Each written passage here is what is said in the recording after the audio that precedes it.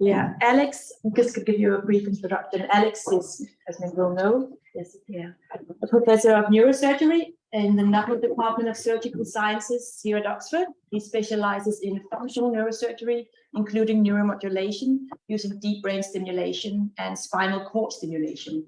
His main research areas are autonomic control, pain and consciousness. He's chief investigator of a number of trials, including BRAINSTATE, deep brain stimulation for minimal conscious states, which he will tell us about in a moment. Yes. Thanks. Thank you. Yeah, thanks very much. So thank you for inviting me. When I was first invited to this conference, my initial reaction was I know absolutely nothing about consciousness at all. Until someone said, well, yes, but you are trying to alter it potentially with some of your technology. So then I thought, well, actually, maybe I should start looking into it a bit more.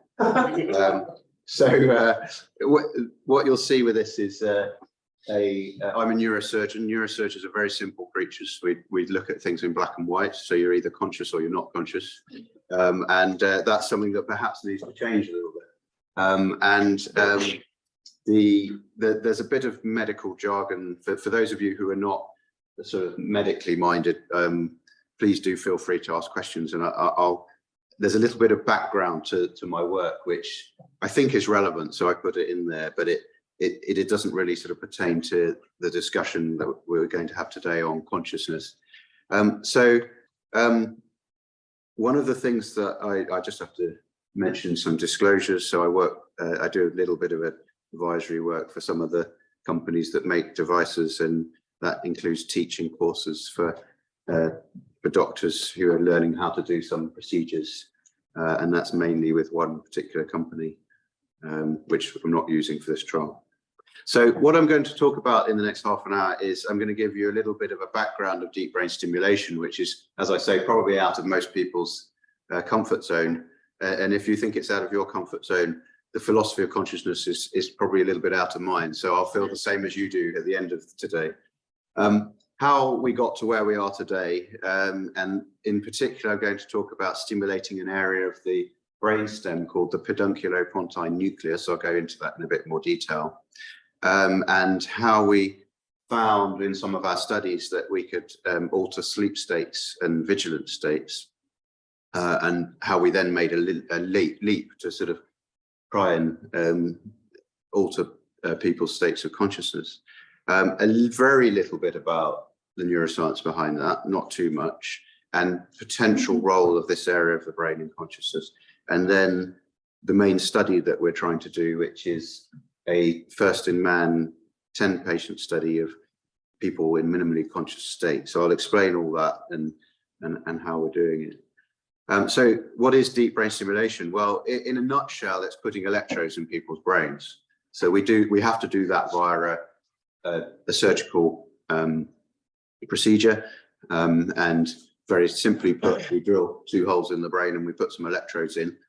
In order to get those electrodes very accurate, we have either a frame, or actually we're using a robot now, but it's all the same principle. So we have a frame on the patient's head. We scan the patient, so MRI scan before the procedure, and then essentially what we do is we pick our target on the scan, and then the computer software, which actually does all the hard work really, gives us some coordinates which we then put into this frame. So it's just very simple Cartesian XYZ coordinates, and we know that when we put our electrode into the frame, it will go down to the right part of the brain. That's the theory, and it works most of the time. And the common things that we do this for are Parkinson's disease. That's certainly the most common, and we do 1 or 2 procedures a week. Tremor, different types of tremor. So these are all physical, sort of neurological conditions where you have some dysfunction somewhere in the brain, and you're trying to alter the way that part of the brain is working, just with electricity, essentially. And there is a huge mushrooming of indications that are under investigation for DBS at the moment worldwide. These include many psychiatric indications, epilepsy, dystonia. And if you think, well, this is very modern, actually it's not. Deep brain stimulation was tried in the 1960s and hasn't changed that much really over the decades. The technology is starting to accelerate now, but actually the simple principles were the same in the 1960s, and it was originally done for psychiatric conditions and chronic pain. But it's continued over the years, mainly for movement disorders, because that's what it's been proven to work for. And some of the other conditions are a little bit more problematic, shall we say. Now, why did this become relevant to me? Well, there was one particular area of the brain called the periaqueductal grey, and this is quite deep in the brain. This is an electrode here that we have in the past stimulated for treating chronic pain. So patients with strokes who have 8% of people who have a stroke will have severe pain on one side of their body. Most of those can get by with painkillers and things, but there will be a small proportion who have a very refractory chronic pain syndrome. And this is an area that we traditionally can stimulate to try and help that. But this area and many, many other areas, which I won't go into great detail about here, but there are many areas in the brain that are important in something we call the central autonomic network, which is a network in the brain that's important for cardiovascular control. So things like blood pressure and what we call sympathetic activity, which controls, for example, alertness, but also sweating and how much your pupils dilate, and whether you're about to sort of run off from a predator and that sort of thing. And many of these areas that are part of the central autonomic network are also areas where we happen to have electrodes. And don't try and memorize this, but this is just a sort of summary diagram we did just out of interest, really, to work out how many of these different tracks there were in the brainstem. So this is a relatively simple part of the brain that were relevant or had been shown to be relevant in the scientific literature in terms of autonomic control. And what we realized when we drew this is that actually it's far, far more complex than we ever really realized at the time. So yes, you can stimulate a part of the brain and alter a physiological variable such as blood pressure or heart rate or something like that. But actually it's far, far more complex. Some of these areas will be connecting to limbic areas, which are important for emotion and affective states. Other bits will be projecting to cognitive areas. Some of them will be connecting to locomotive areas. So for example, when if I was about to walk across the stage, my blood pressure would rise slightly, my heart rate might go up slightly, and that's all going to be down to these various networks. But what we did show, and this was quite a few years ago now, was that when we stimulated these bits of the brain, we could alter these physiological parameters. So things like blood pressure, for example. This is just one particular trace here where we have the patient at rest. He's got an electrode in this part of the brain, and then we stimulate, and you can see there's a little bit of a delay, and then there's this rise in blood pressure, and then we stop the stimulation here and it comes back down again. And not all of the traces are as nice as this. But what we found was that you could control blood pressure. You could either increase it or decrease it depending on your exact location. So there were some parts of the brain that would increase blood pressure and other parts of the brain that would decrease it. This will become relevant in a moment. So then we started looking at this other area, and this will bring us onto consciousness in a minute, called the Pedunculopontine Nucleus. And the reason we started looking at this was actually for these autonomic changes. We hadn't really thought about the idea of treating patients in a minimally conscious state, but we were thinking about whether we could improve certain symptoms that patients with Parkinson's disease have. They have a degree of what we call autonomic failure. So if you have degeneration in some of those pathways in the brainstem, you could potentially, this was our idea at the time, you could potentially stimulate those areas in order to improve those symptoms. So, for example, when you get up from a lying position, your blood pressure should actually go up slightly, but it might drop a little bit. And sometimes when you feel dizzy, when you get up, that's postural hypotension. That's where your blood pressure drops when you suddenly stand up. It's not necessarily abnormal, but in patients with Parkinson's disease and autonomic failure, sometimes that can be very extreme and they can actually lose consciousness or they're not able to get up at all. And there was this area of the brain called the PPN, which is a little bit deeper than the PAG, which we were stimulating anyway for patients with Parkinson's disease because it had an effect on gait and gait freezing and instability. And it was actually quite positive for some of those effects. But because I was also doing some autonomic work, I decided to look at whether this also had autonomic effects as well. And what we found was that in the stimulate without deep brain stimulation, i.e. with the stimulator switched off, that's the lighter gray here, you can see this particular subject here, he would get up and his blood pressure would drop hugely, 35% when he got up, and actually would not quite recover. But when we turned the stimulation, the PPN stimulation on, it still dropped quite a lot, but it was not quite so severe. And that was generally fairly favorable across the board. So most of them had improvement. So then we started looking at this area of the brain. Could this actually be a better area to help us control some of those autonomic problems that we had? Now, I'm going to go on to a little bit of an aside just to sort of introduce the technology at this point, and this will all become relevant. But this is really what's helped us, I guess, develop systems in Oxford in the last few years. So we have, I'm working very closely with an engineer called Tim Denison, who really designs deep brain stimulation systems, who used to work for Medtronic. And there's a company in Bristol who are making this thing called the PicoStim, which is, it has the electrodes here and it has the pacemaker that provides the energy, and the little computer there is actually in the skull itself. So you have to drill out a little bit of a hole in the skull to put the battery in, essentially. But the important thing here is that we have the ability to change what this device is doing and to develop it as part of our studies. So we have an understanding with the company that we can put our own circuitry in, etc., our own algorithms. And we call this the DyNEuMo research system, so dynamic neuromodulation system.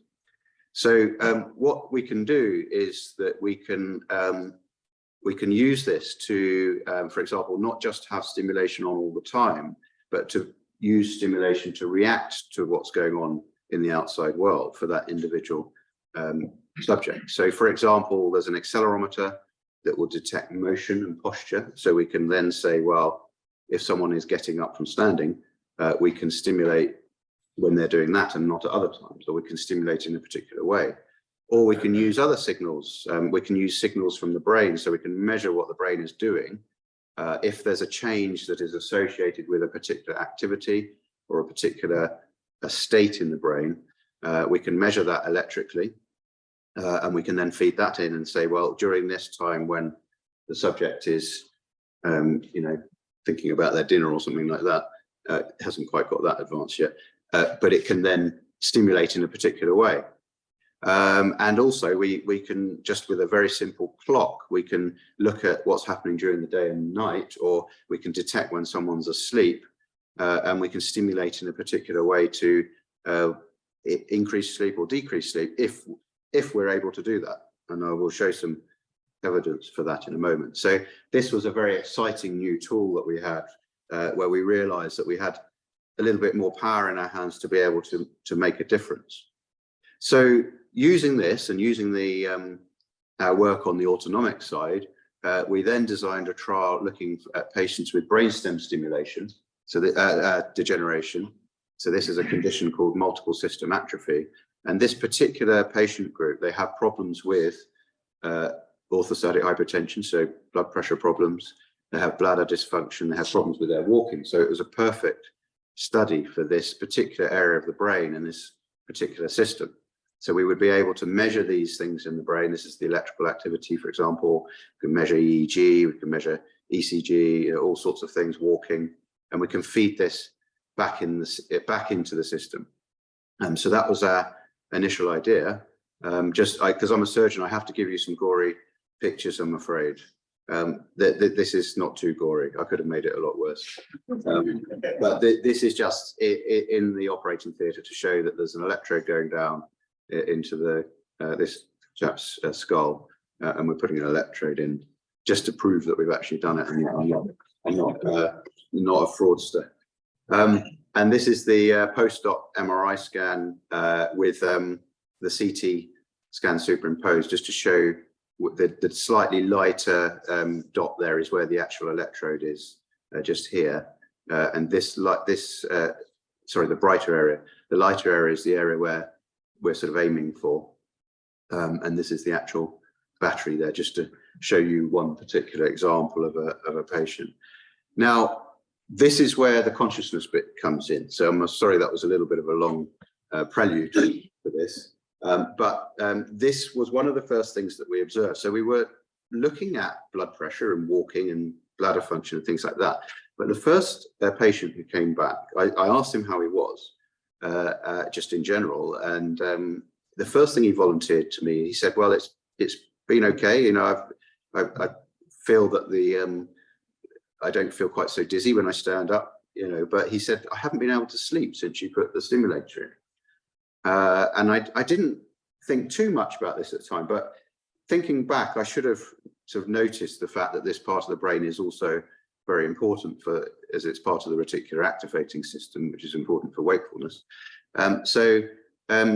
Then we tried turning the simulator off at night and he slept better. And then we did some formal testing, which is here. So what you can see here is I might just move that just so that you can see, is that this is with the stimulator off. And this is called a hypnogram. It's basically a way of measuring sleep. So if you do a 24-hour sleep EEG recording, and you measure things like wakefulness and you can grade different states of sleep. So you have very deep sleep, which will be N3. There's also an N1 and N2. And then you have wakefulness when the person is awake. And this is a slightly simple way of putting it, just to make it a bit more obvious. So N3 is very deep sleep. And this is up here, where it goes up here, that's when they wake up. So without stimulation, what you can see is that actually there were one or two times during the night when this chap woke up, but not too many. And he's spending quite a lot of his night in deep sleep, which is where he should be. Whereas when he was on stimulation, so this was another 24-hour recording with the stimulator on, he's waking up most of the time. I mean, he's got a little bit of deep sleep in the middle, but a lot of the time he's awake. So it seemed to be that actually the stimulation of the PPN was altering his sleep state and waking him up. Now, you may say, well, is that because he can feel it? Well, no, he couldn't feel the stimulation when he was awake, so he wasn't aware whether it was on or not. So, and we also found some subtleties within this, that if we stimulated at certain frequencies at certain points in the sleep EEG, that we could actually have a much greater effect. We could wake people up 85, 90% of the time. So this is really what got us to thinking about patients with minimally conscious state.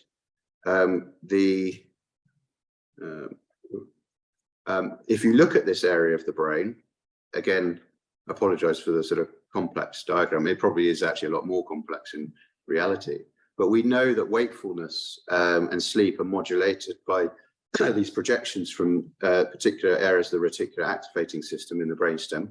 The PPN is very important for that, and it has connections that largely through the thalamus, but also through these other areas related to the basal forebrain, and areas that are known to be important for sleep, such as the suprachiasmatic nucleus.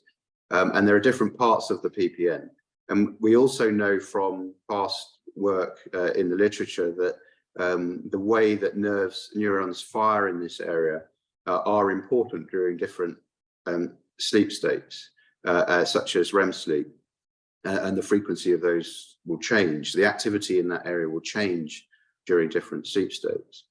And we also know that if you stimulate that, this is in animals, that you can change the way that sleep occurs. So you can increase REM, that's the rapid eye movement sleep. That's one particular part of sleep, for example. So this was really what got us thinking. We did a few more experiments first where we measure the EEG and we could stimulate during different points of the sleep cycle to see what happened. And I don't want to bore you with too many sort of neurophysiological details, but essentially what we found was that exactly where the electrode was very important, which is probably what you'd expect. We found that we could alter different frequencies of neuronal firing. So that is how often those nerve cells are firing. So here, for example, 20 hertz, 20 times a second, you've got many neurons that are firing at 20 hertz, 20 times a second on this trace compared to this one, which was during different parts of sleep. And that we could sort of try and work out, I guess, a pattern of how you might stimulate this area, what you might do with frequencies, where you might put the electrode if you wanted to alter sleep or arousal state. And we also designed that, and this is the nice thing of having the engineers involved, we were able to design this into a device so that we have a daytime stimulation mode, which just helps with the things that we're trying to improve in terms of blood pressure and gait and that sort of thing. And then at night, it switches to nighttime mode so that it doesn't keep them awake until he wants to go to the toilet in the middle of the night. And then he flicks his head and the accelerometer then turns it onto a daytime mode again so that he can get up and go to the toilet. And then after 15 minutes of lying flat, it goes back into nighttime mode. Now, the other thing that we found was that we measured daytime vigilance, i.e. nap times, and we found that on the daytime mode, the patients weren't sleeping as much. They weren't having their daytime nap, so it was keeping them more awake and more alert during the day, and also their sleep was better. So this is just an example of being able to build that into the technology and adjust what they're feeling. Now, onto consciousness, which is, of course, the most important bit, and is probably the shortest part of my talk. I said that I was a very simple neurosurgeon, and the reason I say that is that when I think of consciousness, I've always thought of it as unconscious or conscious, which is a ridiculous oversimplification, of course. But the other thing that's quite important here is that what I'm doing is I'm not really measuring consciousness. I'm measuring an objective behavioural state of a patient and trying to infer what I think is their consciousness. And a part of the difficulty there is that I'm used to dealing with people who are in a persistent vegetative state or a minimally conscious state, or they've had a bad brain injury or a stroke, and they're not necessarily easily able to articulate what they're feeling to me. So we have some very, very crude scales of consciousness, clinical scale. So the really crudest one, but actually very, very useful to a neurosurgeon, is the Glasgow Coma Scale. And this is where you look at someone's eyes and you say, are their eyes closed? That's E1. Are they completely just spontaneously open? That's E4. Or does it require some sort of stimulation to get them to open? Like you talk to them, that's 3, or pain is 2. You give them a painful stimulus and they wake up. And the same with verbal. We have 5 is normal, 4 is confused, 1 is nothing.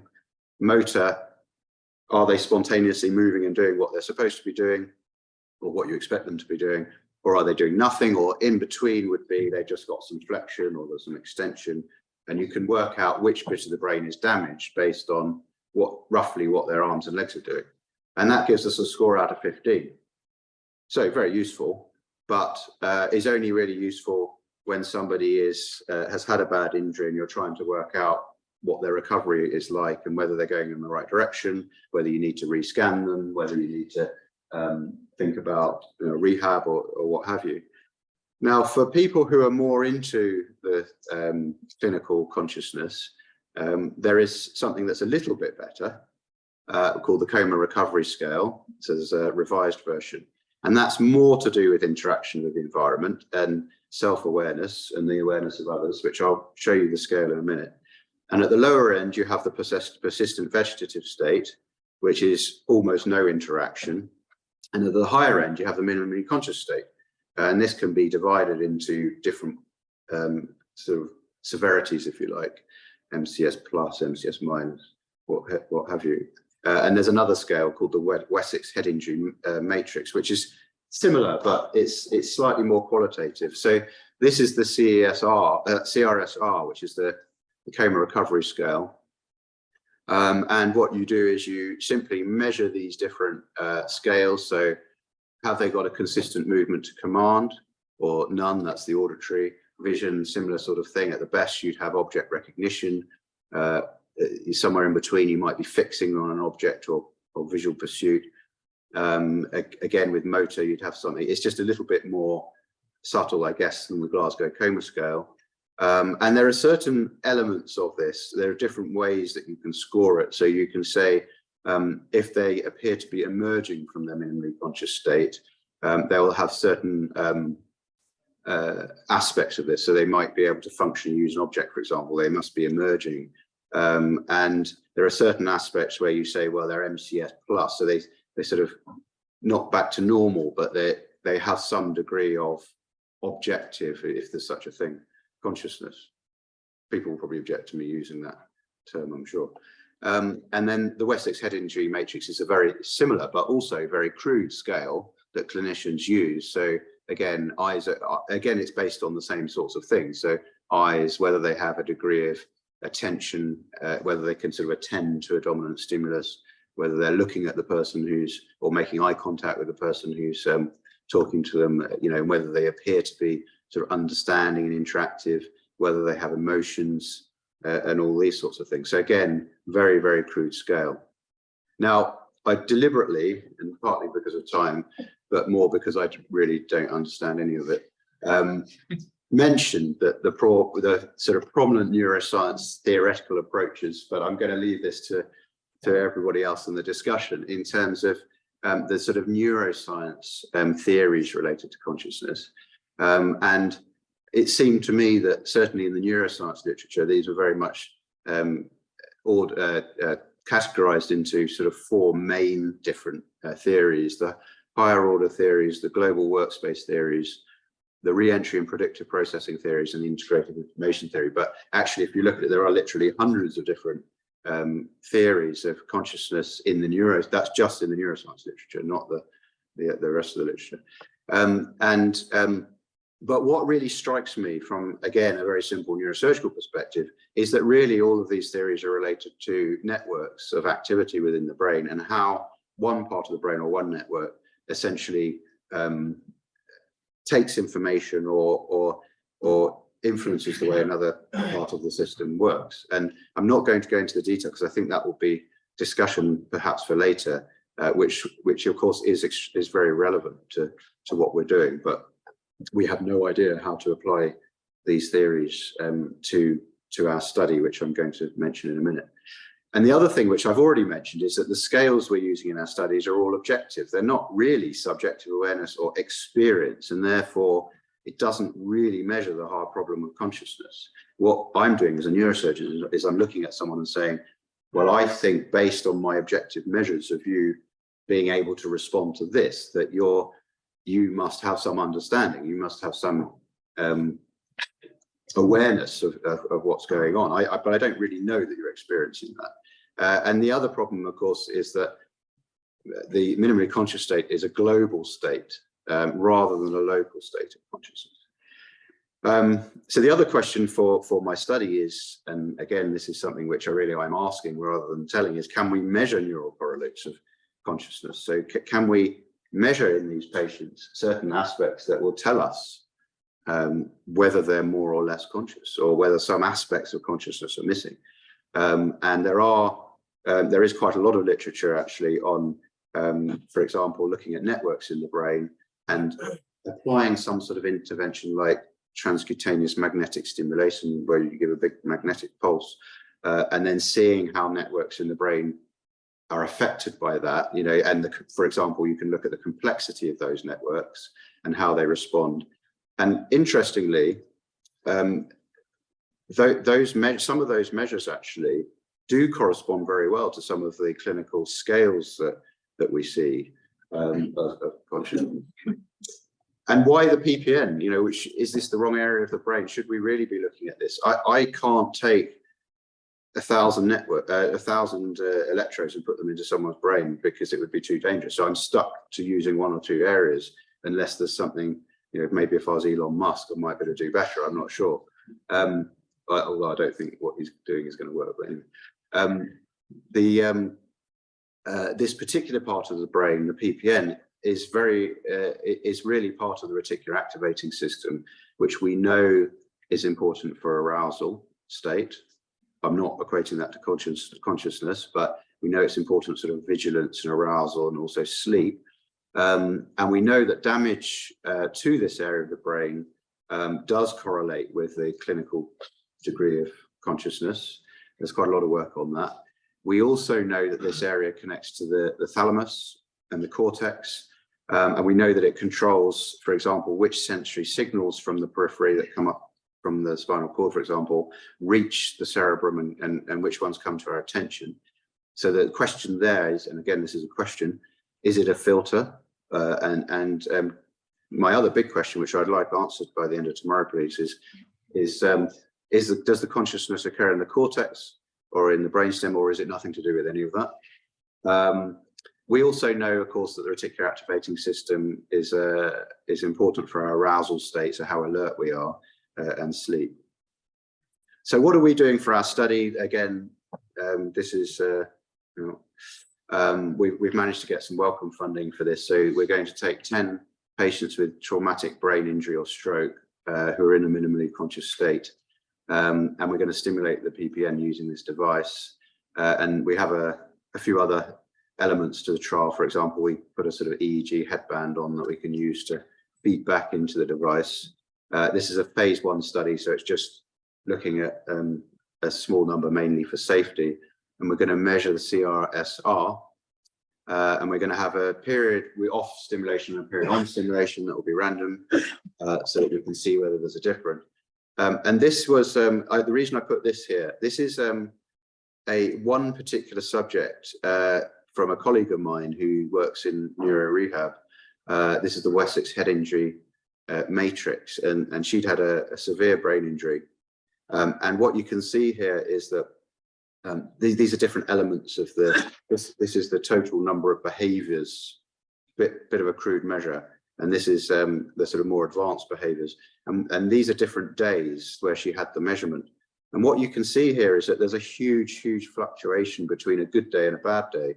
And in fact, on a bad day, she was in pretty much a persistent vegetative state. But on a good day, she was actually able to read poetry. So this is the sort of patient we might be able to help just by increasing vigilance. So maybe she does have the substrate there to be able to read and understand. Whether she was understanding the poetry or not, I don't know. I do remember years ago having a patient on the intensive care unit who had a major stroke, and I thought she was very well because every day she appeared to be doing the Telegraph crossword, because I walked past and she had the Telegraph crossword in front of her. And after a week, I realized that she still had the same one in front of her and she hadn't filled any of it in. So you can be tricked very easily. This is just the design of the trial of the trial. So we do the operation, we get the settings right, and then we randomize them to on or off. And we're going to do lots of other things related to this with things like EEG and fMRI to try and work out what's happening in their brain. I'd just like to thank a number of people, including this chap, who is one of he was very happy for me to put his photo up, but he's one of my star patients who thinks it's funny to go around with a cap that says lab rat on it. And also all my the various group, especially Tim Denison, but everybody else who's helped with these studies. Thank you very much.